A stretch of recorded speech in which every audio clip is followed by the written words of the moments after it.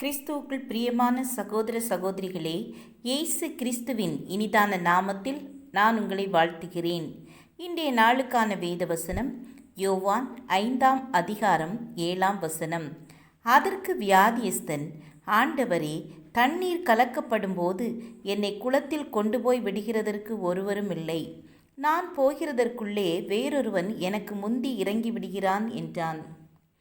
Bethesda குளத்தின் அருகில் யாராவது தனக்கு உதவி செய்வார்களா என எண்ணி 38 வருஷமாய் முற்றிய வியாதியினால் படுத்திருந்த மனிதனை குறித்த கவலை ஒருவருக்கும் இல்லை.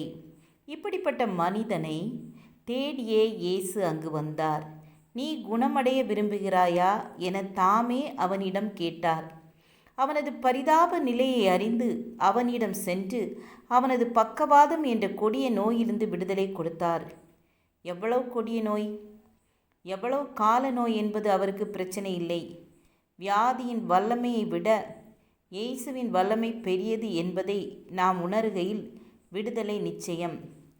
ஓய்வு நாளில் படுக்கையை எடுத்து செல்வது தவறு என்பது பரிசேயரின் விவாதம்.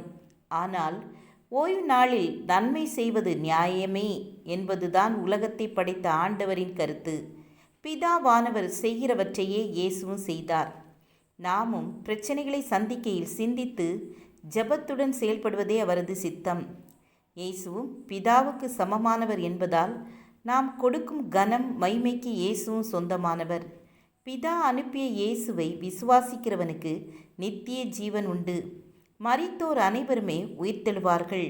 நன்மை செய்தவர்கள் ஜீவனை அடையும்படியும் தீமை செய்தவர்கள் ஆக்கினை அடையும்படியும் எழுந்திருப்பார்கள். பிதா குமாரனுக்கு அனைத்து அதிகாரத்தையும் கொடுத்திருக்கிறார். அவர் மனுஷகுமாரனாய் இருப்பதால் நியாய தீர்ப்பு செய்யும்படிக்கான அதிகாரமும் அவருக்கு கொடுக்கப்பட்டுள்ளது. தெய்வ அன்பு இல்லாததால் அநேகர் கிறிஸ்துவை ஏற்றுக்கொள்ள முடியவில்லை. அவரது மகிமையை உணர்ந்து கொள்ள முடியவில்லை. மோசேயை நம்புகிற இஸ்ரவேலர் அவரால் முன்பே தீர்க்க தரிசனமாக உரைக்கப்பட்ட கிறிஸ்துவை நம்பி ஏற்றுக்கொள்ள முடியவில்லை. ஆதலால் மோசே போன்ற தீர்க்கதரிசிகளே அவர்கள் மேல் குற்றம் சாட்டும் நிலை வரும் என இயேசு தன் சொந்த ஜனங்களை எச்சரித்தார். நாமும் அவரை விசுவாசிக்காவிட்டால் குற்றம் சுமத்தப்படுவோம் என்பதை மறந்துவிடக்கூடாது. ஆம் என கண்பானவர்களே, நாம் மனிதரால் வரும் புகழை தேடாதபடி எச்சரிக்கையாயிருக்க வேண்டும். நல்லது, உத்தமும் உண்மையுமான ஊழியக்காரனே, என் தேவன் நம்மை பாராட்டுவதையே எதிர்நோக்கி நாம் காத்திருக்க வேண்டும். ஜெபம் செய்வோம். எங்களை நேசிக்கிறதான அன்பின் தகப்பனே, எல்லா சூழ்நிலையிலும் நீர் ஒருவரே போதுமானவர் என எண்ணி மகிழ்வுடன் வாழ எங்களுக்கு கிருபை தாருங்க.